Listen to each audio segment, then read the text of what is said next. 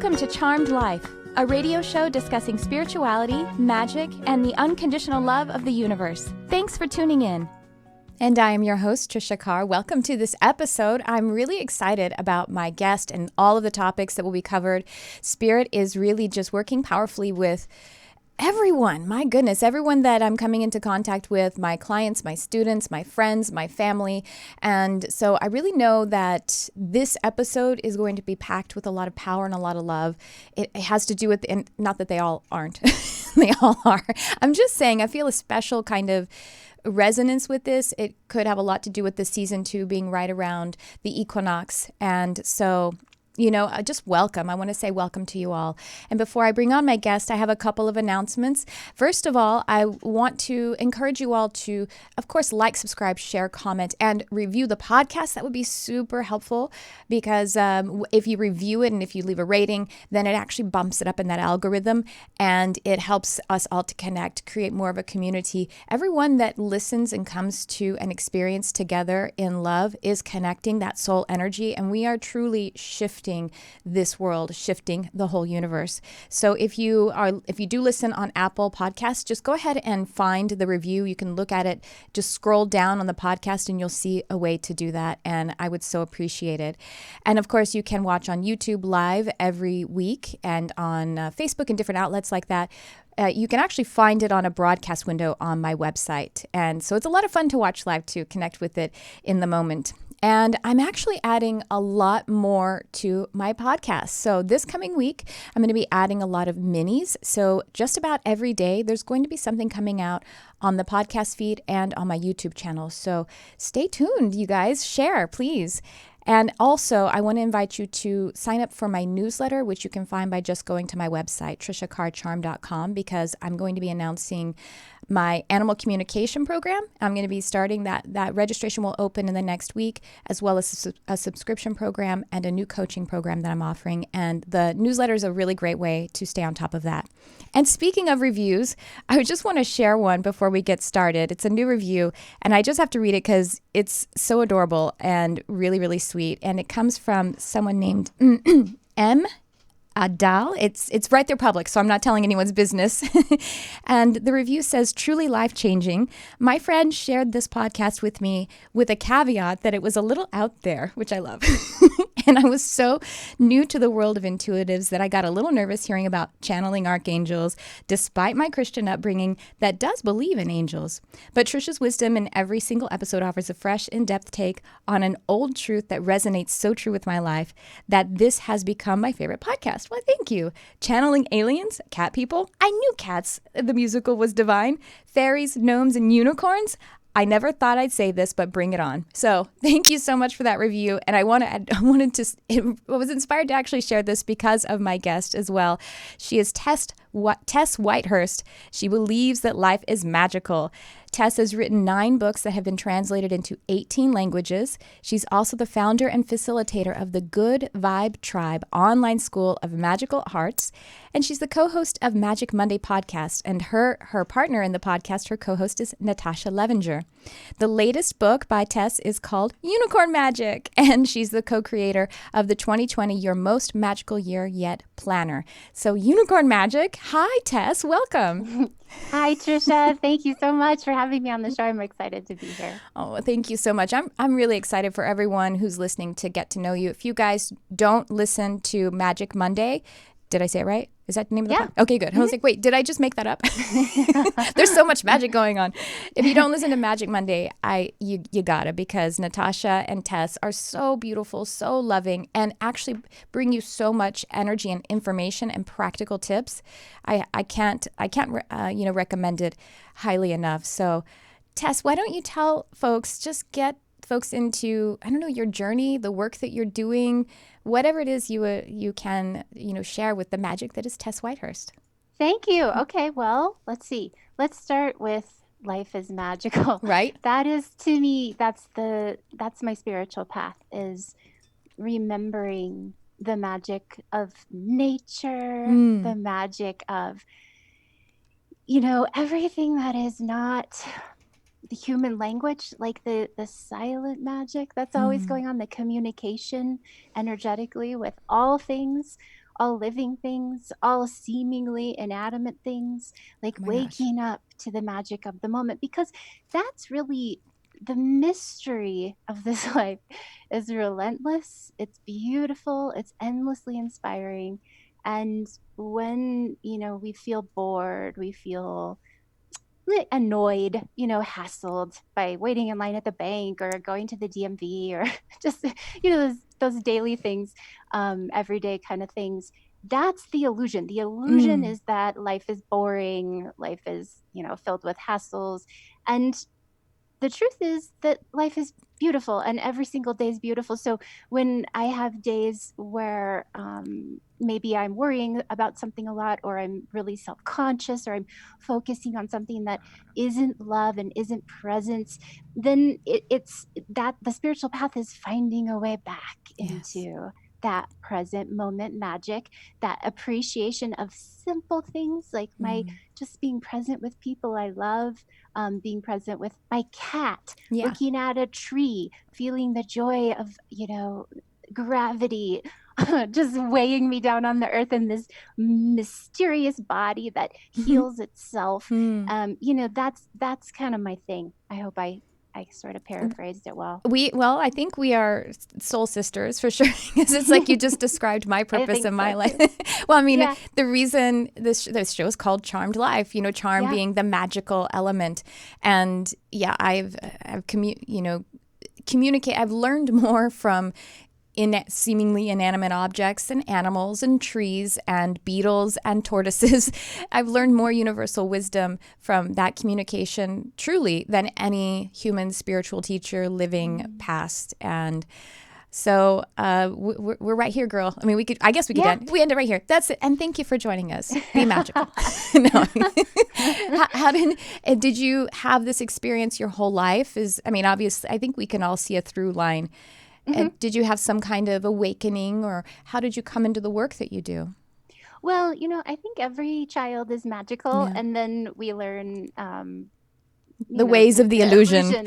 Yeah, the illusion that it's not magical, that the world is not magical. But my mom told me, I don't remember this, but my mom told me that as a child, she discovered that I was seeing auras and that I thought everyone did. And she said that I said something to her, like in passing, about, the colors around people's heads and shoulders. And she was So like, many what? people. Yes, I have a lot of friends whose mothers remember them saying that. Oh, Yeah. interesting. The colors around people's heads in particular, because that's the brightest, I think, and most colorful resonance. And I see babies. I don't know if you've ever, one of my good friends, her baby, when he was about probably 8 to 10 months old, I remember. And she was holding him up to meet me, and he was looking all around my head and going, I have seen them do that. ooh. And I was like, whoa, he's totally seeing my aura. Oh, now that you say that, I can think of babies doing that, like that, and that look of just joy. I mean, and that is babies. That's part of why we all love them so much, is because they are just right in that doorway between, that just The being liminal one space. with everything. Yeah. And they remember that. That's so beautiful. So I apparently saw auras when I was a kid. I sometimes do as an adult, but it's spontaneous. I can't, I can sense them, but every once in a while I seem to see them with my physical sight. And then also I remember as a child, I remember one day that I missed my cousin Logan. He was my best friend, and for some reason I hadn't seen him for a few days. I mean, I was like 3 or 4, and I remember going into the backyard and like gathering leaves and then scattering them to the wind and sensing that I was making contact with Logan. I love So it. I know. So I must have like intuitively been doing magic as a child. Tiny little witch. I love it. Yeah. And I think I would say also I happen to have 2 parents who both are pretty tuned in magically. I mean, I didn't really realize that till I was an adult, that they just both have a kind of a magical worldview that they imparted to me. They were both raised Catholic and then weren't really Catholic anymore, but they just kind of had this awareness of the law of attraction and interconnection and like psychic phenomena that I just was raised around. Oh, and my family has a funeral chapel. So my dad's family. So I grew up around the funeral chapel, like going Wow. to work with my dad sometimes. And so that's a really mystical place that I still love going to this day. Right there in that transitional space of passing. And, Yeah, Catholicism really does have a lot of kind of sensual and mystical elements to it. Of course, there's many different perspectives of any system, but there's definitely a very, when you think of Catholicism, I just think of vibrant colors and incense and, as a part of it. And it really, connecting with different entities who could be helpful guides. So it's really has a mystical kind of lean to it, even though your parents, moved out of it. It's kind of interesting that maybe the mysticism part was something that in this incarnation they wanted to stay and tapped in with or understand a little bit, Yeah, I think so too. And I would not at all call myself Catholic, but I do love working with saints. Certain saints I love working with, and definitely archangels. Yes, the archangels. Yes. Yeah. I'm actually, after our podcast today, I'm teaching a little class. Well, not teaching a class. I'm channeling Archangel Shamuel in a series that's on the triune complex, the triune being. And so, what was it, last week? Yes, I channeled Haniel about the body. And then this is Shamuel communicating about the mind. So, so what kind of, so do you do one-on-one sessions? Tell everyone about the kind of work that you do now. Well, I haven't been doing one-on-one sessions anymore. Okay. I do teach the Good Vibe Tribe online school of magical arts. So every Tuesday night we have a live web chat, and it's like we do a ritual and meditation, and then have Q&A and sort of like a topic that we focus on as far as magical and spiritual living. And then as part of the Good Vibe Tribe, there's a Divine Resonance Magic certification course. So some people want to do that, which is I teach in that one. It's all the same workshops that are in the Good Vibe Tribe, but then there's also another workshop that is about how to do intuitive counseling sessions one-on-one.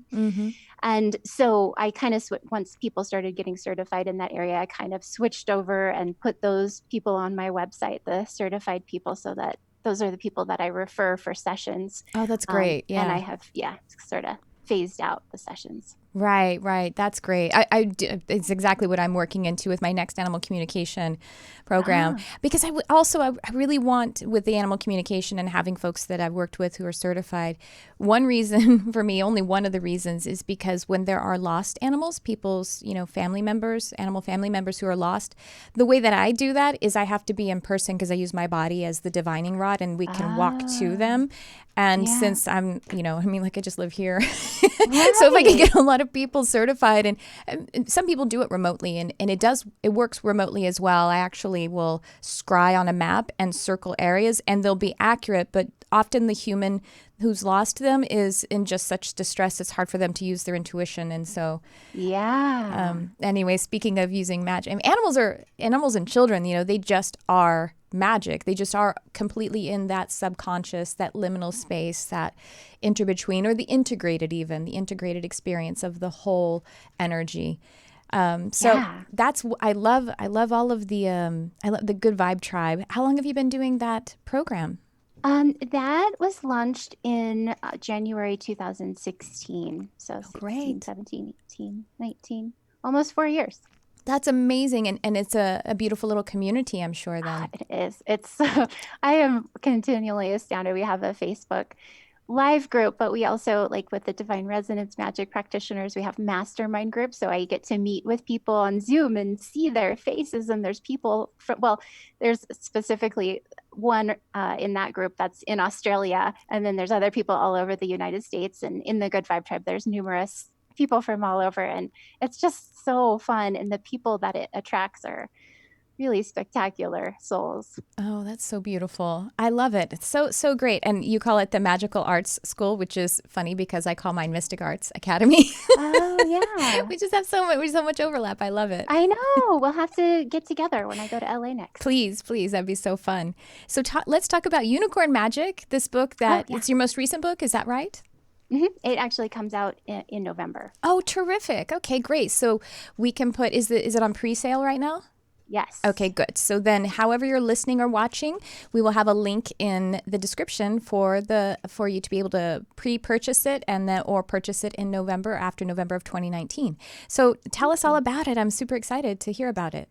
It is really interesting because of all my books, this is the one that I feel like is the most its own thing. Like it just really just came through me. Like Llewellyn, my publisher, actually asked me if I would write it. And then I had this leap of joy in my heart. I was like, yes, like instantly. I didn't think about it for 1 second because I felt so much joy. I was like a definite yes.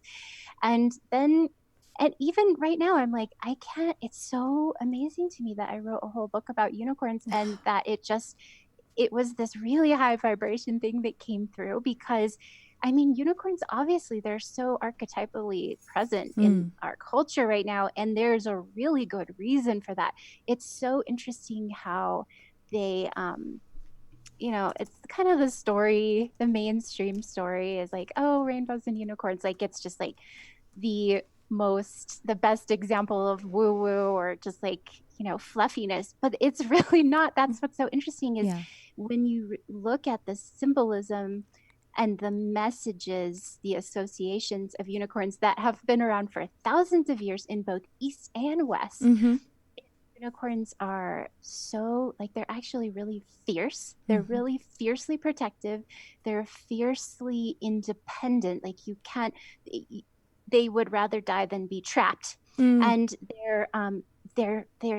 the purification magic of them, like the story in the Middle Ages was, they really believed that there were physical unicorns, that if you could get their horn, that the horn would neutralize any poison, that if there was like a swamp that was toxic and fetid, that if a unicorn dipped his or her horn into that swamp, that it would be like just pure, healthy drinking water. And so there's just so many ways. I mean, they're related to alchemy, they're related to whimsy, imagination, courage, just all of these things that our culture, the healing of the planet and of humans' relationship with the planet, it's all there, and it all came through in the book in a way that was like how to deeply actually connect with unicorn guides and unicorn energy in order to create positive change in the world and in your life. And it was just like such a deep like current of alignment when I wrote it. Oh, I love it so much. When I put my awareness on my unicorn guide or one of my unicorn guides, but I have one in particular, a master energy that is sort of the unicorn energy that I feel. And when I put my awareness on the pronoun I usually use is him. They're very androgynous, but or let's say it, and we'll go on a walk and I can feel the energy very viscerally, like, you know what I mean? Like I could put my hand out and feel a change of texture of the energy next to me. It's so strong and powerful. And you said, as you mentioned, that unicorns are very present right now. And do you work with, or you've heard of the archangel called Christiel? No, tell me about Christiel. Well, the reason I bring up Christiel is that, so do you know who Diana Cooper is? Yes. Okay, so Diana Cooper talks about the connection between Christiel and unicorns. And, Diana Cooper talks about and has, cards that are, I believe she has some oracle cards that are unicorn cards, but she talks about unicorns a lot. And the archangel Christiel, and that these two, that these aspects are related to one another, and says that, she said that Christiel is sort of being really much more known now than before, as the unicorns are, in a similar way that the ascension energy, the way that we have ascended, are welcoming and being able to resonate with the Archangel Christiel. And Archangel Christiel, as you can imagine, has the word Christ in the name. And so it's about that divinity becoming human, or the word of God, the human being the word of God. And it also resonates with, I say the Christiel sometimes is felt masculine or feminine, very androgynous as well, like the unicorns, but with that high heart chakra. And that turquoise high heart chakra. And that, anyway, so that's the Archangel Christiel. Yeah, I love it. I am going to start working with Christiel. Check that out. That sounds so cool. Yeah, do. And tell me what you pick up. I will. But yeah, unicorn energy is really similar to archangel energy. How it's like this like rush of positive energy, just this like divine current that you can tap into in your magical and spiritual work. So I just think that's so fascinating. My podcast co-host Natasha has recently been reading Diane Cooper, and I have like, perused Diane Cooper in the New Age bookstore, but I haven't delved deeply into her. But this is a reminder that maybe now's the time. That's great. I actually did one of my podcast episodes. It was probably more than one. Was on unicorns. That's why I think that reviewer mentioned unicorns. She found it. Oh, Yeah. yeah. And I have a little class that's on nature elementals, and I include in there dragons and unicorns as ultra elementals, the ones are really very much in the archangel or the angelic realm of light. So do you work with dragons as well? Have you gotten into dragons? I haven't yet, but I can see now that you say that the dragon energy in you're such a dragon priestess, aren't you? Thank you. I love that. I appreciate that. I could just see it. You have it. That's wonderful. Well, and have you been connecting? Obviously, we connect with unicorns. It's very common in our childhood, and the inner child knows that unicorns are real. Do you connect with unicorns as being, the incarnate or the ascended soul of horses that had previously been incarnated? Or do you work any of that out, or is it just they're angelic, or, I haven't really thought about that. I mean, I can see they're definitely related to horses. Horses have that sweet, very, very sweet, very wise presence that's aligned with nature. And definitely, now that you're saying that, the way that horses have they're such a transition species, like they help humans connect with nature and help humans connect with spirit, and they've made that conscious evolutionary decision to work with humans. So I could definitely see that for sure. And just think about how horses seem to be the one animal that invoke in humans the telepathic or the energetic communication more commonly than, obviously we have dogs and cats and birds even in our homes, but the horse whisperer and how people just really feel that ascended kind of communication, that meta communication with horses, it seems to me more commonly, more easily. It's more, like I say, an invocation. It just happens when you're with a horse, or even, when riders are with horses and the bodies really become one. Yeah, and like that therapeutic horsemanship is supposed to be just spectacularly equine therapy, helpful. Yeah. Yeah. So what else about, in the book, are there techniques and tips to be able to communicate or work with your unicorns? Yeah, in every chapter, there's a key. So it's like a meditation that you do in order to attune in a deeper level to the realm of unicorns. And there's definitely one of the meditations is meeting your unicorn guides. In the book, I talk about alchemy, how their unicorns are aligned with both solar and lunar energy, and that if you want to, you can connect with a solar unicorn guide and a lunar unicorn guide, and that can help you to create harmonious balance. It's like a yin and a yang, and it can help you to also transmute any challenge or situation into positivity. Oh my gosh, I'm so inspired, because as you say that, that one unicorn guide that I'm talking about is lunar. And I'm like, it's time to connect with my solar. Yeah. I kind of just feel other unicorns just sort of around, but as having like a really interpersonal relationship with, it's really just been one of my unicorns. So, awesome. Thank you so much. And it's funny. Sure. My unicorn, the name that I have for my unicorn, the energy is usually a masculine feeling, even though it's lunar, which is usually associated. It's like very androgynous. But the name is Yelena, which is a name we typically associate as a feminine name. So it's just like, they're just so balanced, really. And so they are. It's one of their specialties, alchemy. Yeah. So, what are some of the other books that you have written? I love that you just go for the mysticism, because I think it's such a beautiful art. It's something that I really cherish, and you also ground it, which I think is very important. Not just being all astral and leaving the plane. It's about being human. Yeah, thank you. Well, so I don't know. I have many books. Is there one that you connect with? A lot of people like magical housekeeping. Yes, talk about that. That would be great. Yeah? Okay.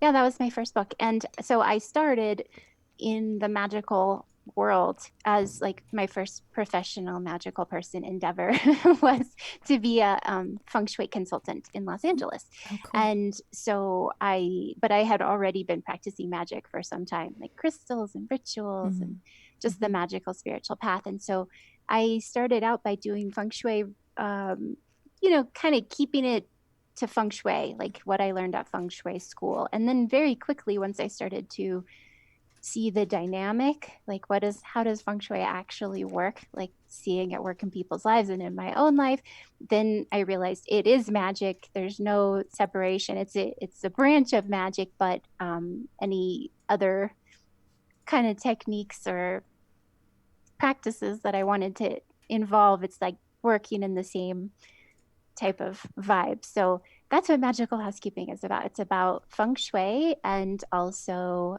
just interacting with your home in a magical way in general. Charms, cleaning techniques that are Yeah. magical, how to position and arrange things in your house in a magical way, and connecting clutter clearing to releasing limiting beliefs and stuck energy, and then rituals too that you can use to manifest any number of things. Wow. Yes, because you can use feng shui basically as manifesting technique. Well, especially the reason that the energy that would be our manifesting or our creating energy it's not truly blocked, but there could be static in our frequency. So ritualizing that with your actual home space, because the physical stuff does actually hold energy. It arrests energy. Totally.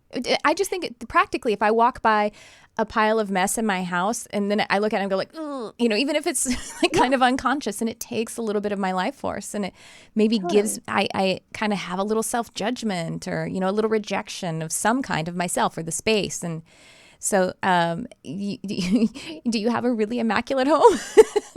It's somewhat clean, but it's in flux. I tell people it's not about perfection. No one's place is perfect. That was the thing I had a lot when I did feng shui professionally and even just when people know you do feng shui professionally, they get really self-conscious or worried, like, oh no, what do you see? Is something bad going to happen? And,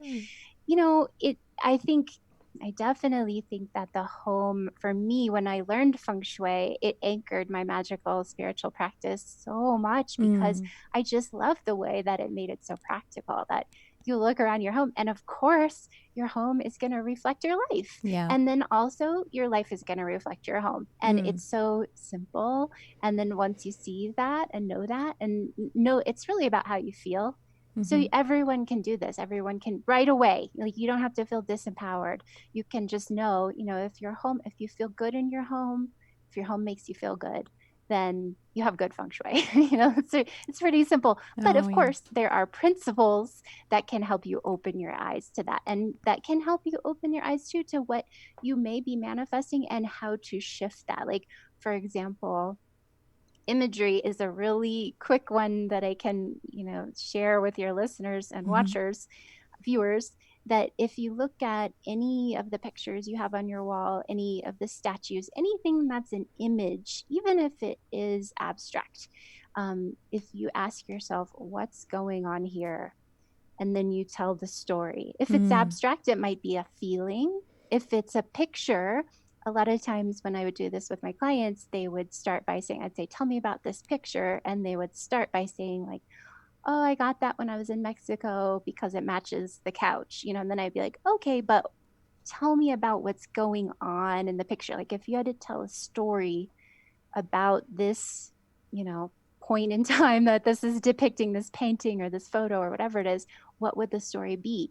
And whatever story you tell, that's going to be showing up in your life. Your home reflects your life. It's really simple. It's staggering, to just be like, oh, that is showing up in my life. And then you can shift that. So anytime you pick an image to hang on your wall, you want to make sure it gives you joy and the story is something that you want to be showing up in your life. So you can also see the alchemy of it. Like, for example, a lot of women, a lot of really powerful, magical women have a lot of powerful, magical women on their walls. Maybe they have a lot of goddess statues, a lot of goddess pictures, and that's fantastic.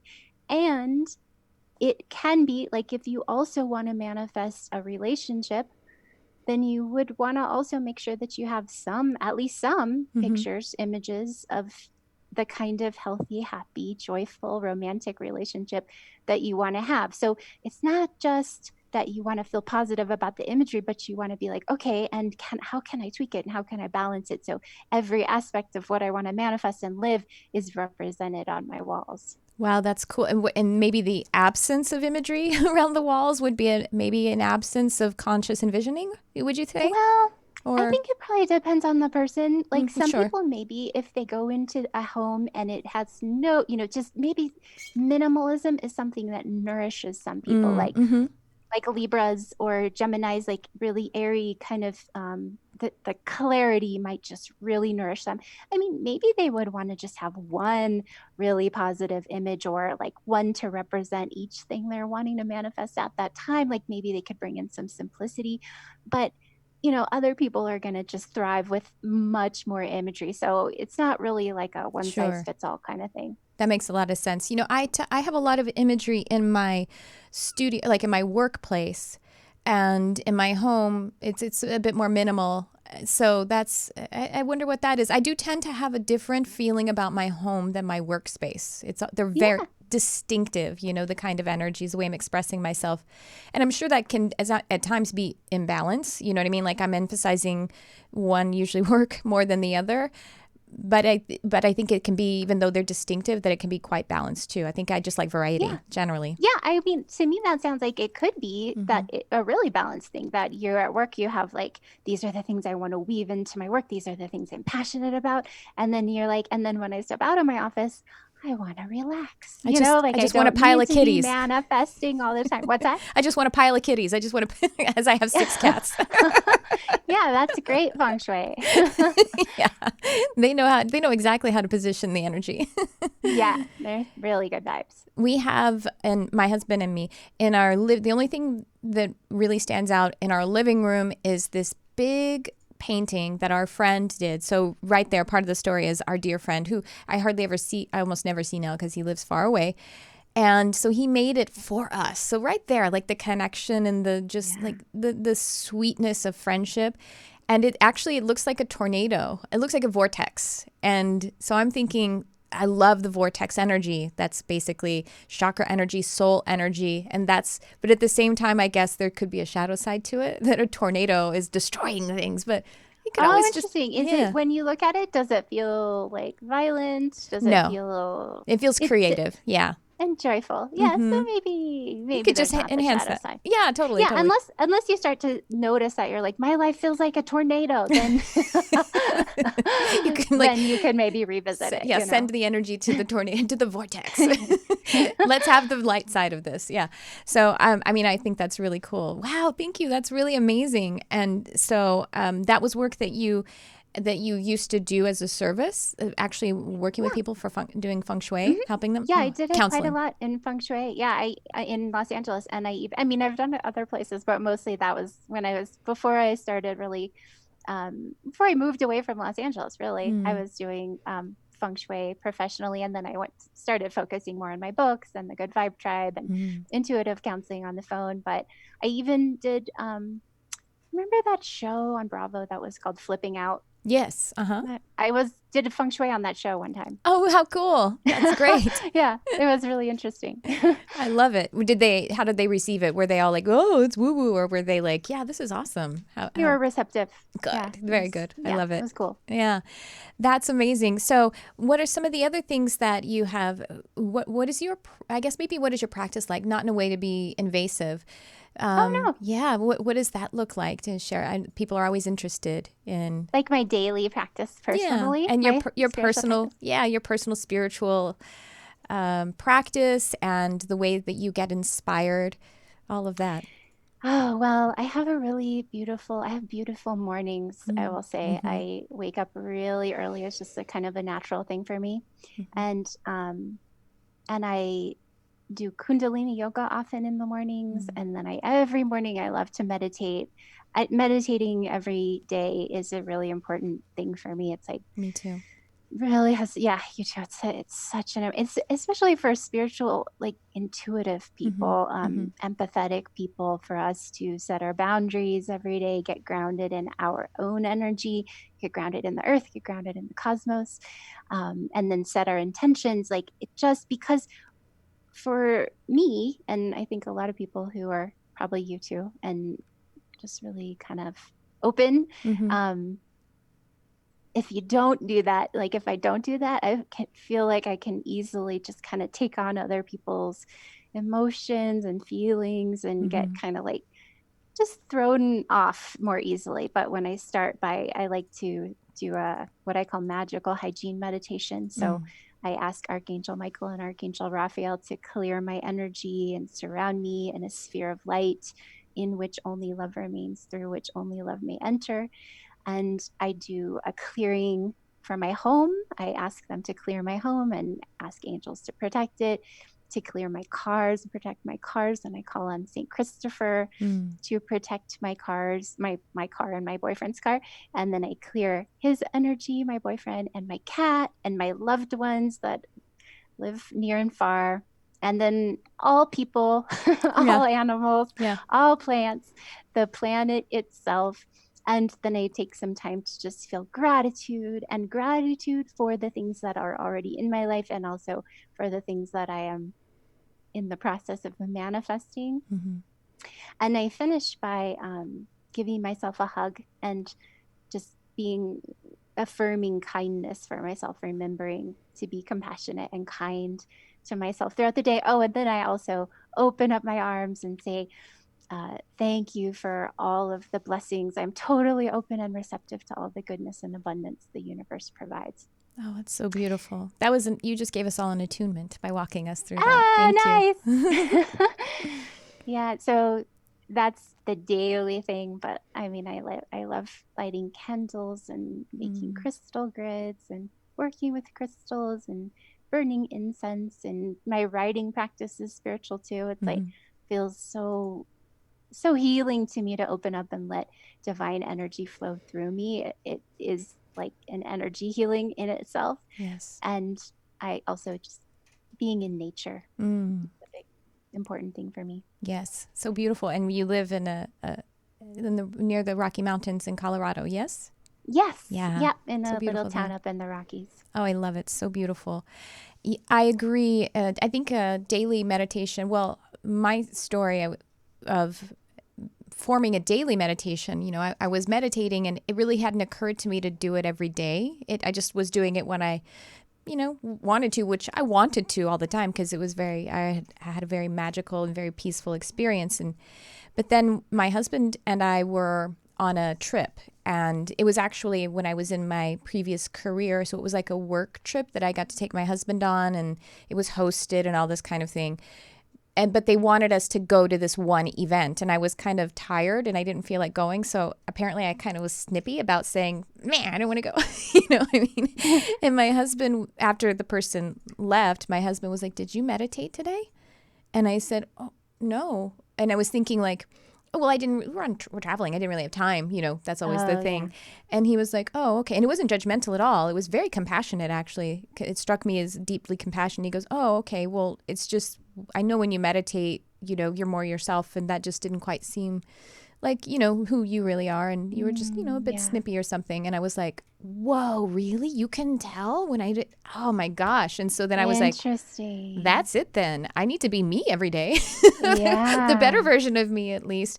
So that was it. It was like, okay, yeah, every day. And starting the day, mine is morning as well.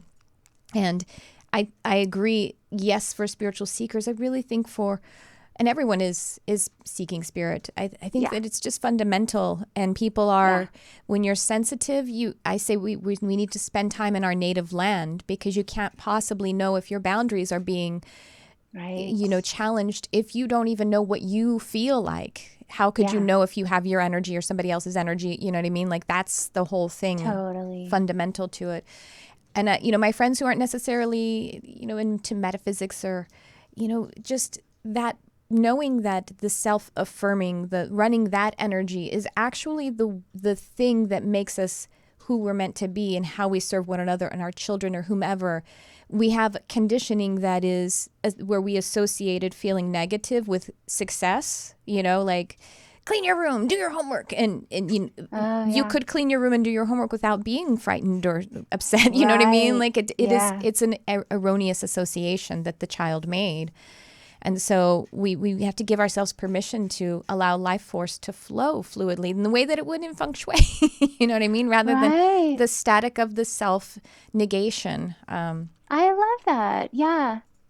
Yeah, changing the paradigm because like so many of us notice like, oh, I really don't want to subscribe to that mainstream paradigm of, like body image or basing my self-worth on my degree of success or whatever it is. Like we can acknowledge that doesn't resonate with me and I don't want to own that.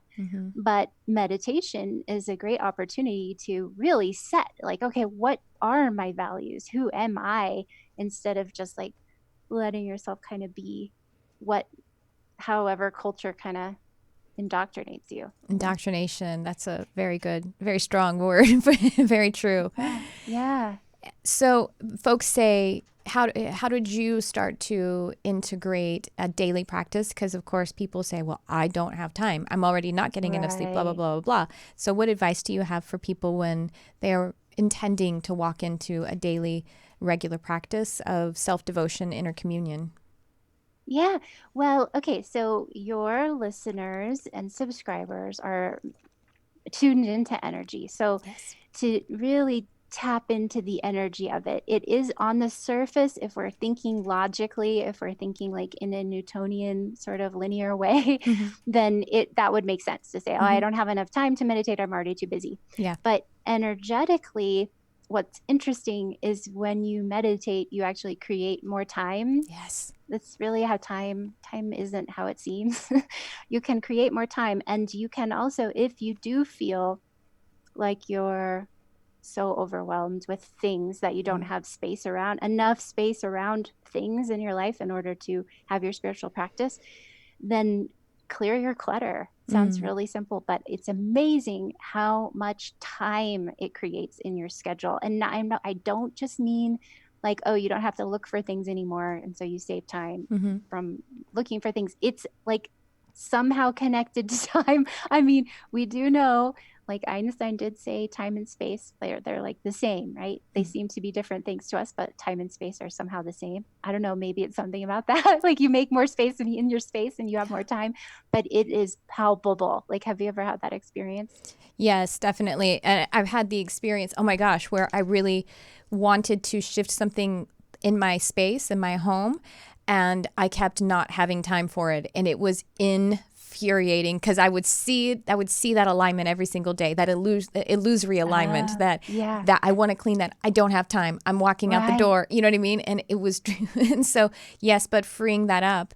And, but also I'd say maybe the other side of it too, if you cleared up the space of your schedule, then the space of your physical home. Like for example, if you didn't look at social media all day long or something like that, because how many minutes does it steal? You know how you can know if you go to the settings in your phone and it shows you how much data you're using? And you'll see like social media or even email, how many times you check email when you don't need to. The data usage will be super high on either social media or your email. So just imagine if that data usage were minutes or hours, and if you could kind of drain that out a little bit. And that's clutter. That's a form of clutter, and everything's connected. So that is totally true. If you clear clutter in the physical, then the non-physical space opens up and vice versa. Yeah. For me too, I started to value it. It just became a high value for me, understanding rather than, the meditation and having time for it. It became a high value, and I attached my highest values to it, which were the inner communion, which was shifting and changing my life, which means that all of the things that I'm manifesting physically and spiritually, it was coming directly there. And it just was the space I wanted to be more, primordially, I wanted to be there. And then the timing just started to shift around. And the next thing I knew, I turned around and I could wake up anytime that I wanted to and meditate as long as I wanted to. And made more money. You know what I mean? Like, it was Yes. crazy things. Yes. And it wasn't even like, oh, I quit that job and that's how it happened. No, things Right. just started to move around the intention. Exactly. Yeah. Making it a value. That's a really great point, because I do feel like I mean, I think I value meditating daily more than I value taking a shower or brushing my teeth every day. I Totally. mean, I do those things too, but I think meditation has such a, I mean, I don't feel like myself if I don't meditate, and I just feel so, I mean, it helps you feel like you're really clear on your intention of everything, who you are and what you want to create, and healing your energy every day. I mean, it's, as a spiritual person, then I think you're right. Everyone could benefit from having a meditation practice, but especially if you're listening to this or watching this, you know how important that is. Like your alignment, your goals, your joy, those are all just the benefits just blossom when you start meditating every day. And you can start with just 5 minutes a day. Yes, right. And Because then again, it's timeless. It creates timelessness. It's just, yeah. but yeah. And then you can, it'll expand more and more, and more, you'll have more and more time. And then if you skip a day, just, if you skip a week, you skip a month, just start again. That's how you start a habit. Yeah. I say you can, if you sit down, if you give yourself 10 minutes, then you can get maybe 5 minutes of breathing. And even if when you're starting, if the conscious mind is kind of going, it doesn't matter. The intention is still what is setting things in motion. And it does start to, it's actually a lot easier to get in shape with asking your conscious mind to stand aside. That working that muscle and getting it in shape happens a lot faster than getting physically strong or fit. Moving the flesh takes a lot more time and energy than moving the non-physical. Would you agree that it actually it can happen very quickly with the consistent intention? Yeah, and even just sitting there, like I don't know where I read it, but I feel like I remember reading at some point that the Buddhist teacher, the Vietnamese Buddhist teacher, Thich Nhat Hanh, who wrote Pieces Every Step, that he said maybe he said like Westerners often ask him, how can I meditate when my mind wanders all the time? And he said, well, just sit there. Yeah. Just do it. Just sit there. And that, I think, getting in the habit, like if that's one of the things that keeps you from getting in the habit is, oh, I can't because my mind wanders all the time. Just let it wander, but just sit there for 5 minutes, set the timer and sit there. And then, over time, maybe you'll start to feel like, oh, I can keep my attention on my breath. And then, of course, this is true for everybody. Your mind will wander. This is just like how it works. And that's what minds do. And then every time you notice it, you just bring it back to the breath. Or you could do a guided meditation. You could do a chakra meditation. It really doesn't matter. I think the important thing is just sitting there. I agree. And in meditation, you commune with, well, unicorns, obviously, and guides. And that's something people are always very curious about. What has your experience been having a relationship or getting to know other kinds of entities in this vast ecosystem of spirit and the cosmos? Yeah, you reminded me, I left out, if I describe my whole meditation, even though it doesn't necessarily take super long time, there are a lot of parts of it. And lately I have been doing this really fun mandala meditation where I tune into the elements of the 4 directions. So air in the east, fire in the south, water in the west, earth in the north, and then spirit is the up and down. And I do that by calling on the archangels of the direction. So Raphael is the air archangel, and Michael, fire. Gabriel is water, Uriel is earth, and then Sandalphon is connecting with the core of the earth, and Metatron connecting with the cosmos. So that's spirit. Central it's like sun, a battery. Yeah. Mm-hmm. And so I connect with them. And then I do have another part of the mandala practice where I connect with guides of mine that are more associated with the different directions or elements. And as far as meeting the guides, how did I ever meet them? I mean, I do guide people in my workshops and in my meditations sometimes I can guide people to meet their archangel or their guardian angel or their spirit animal.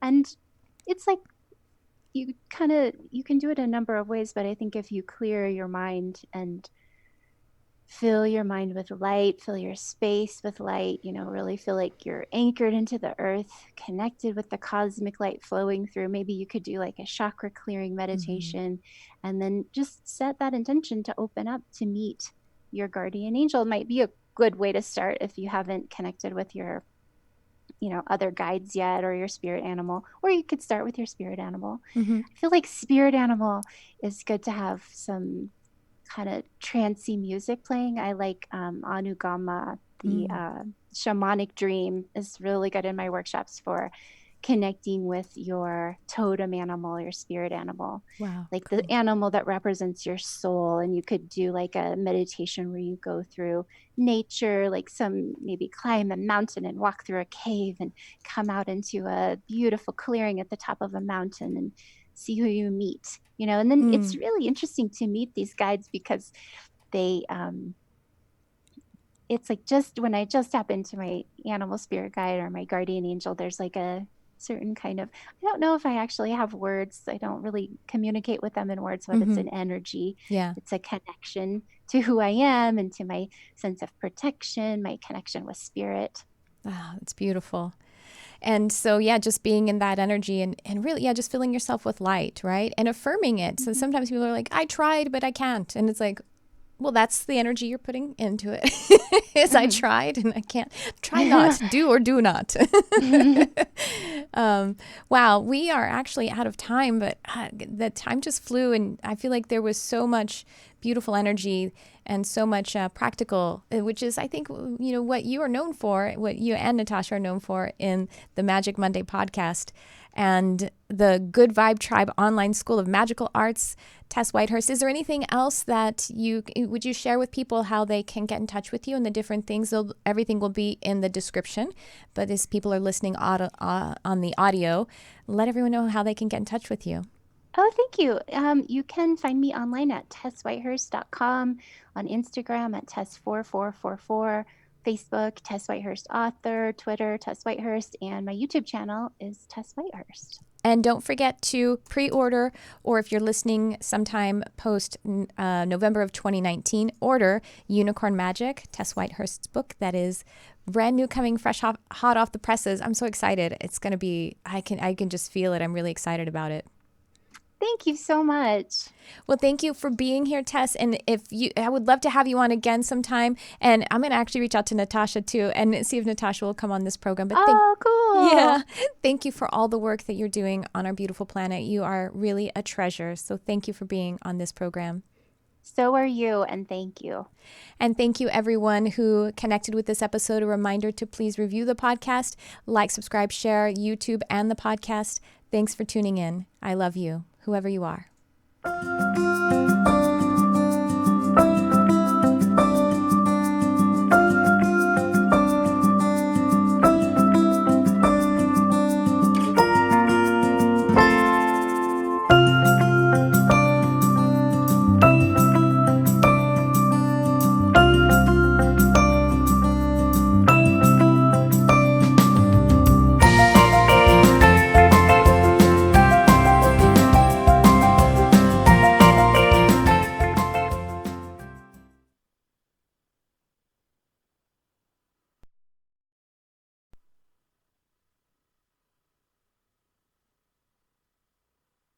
Fine.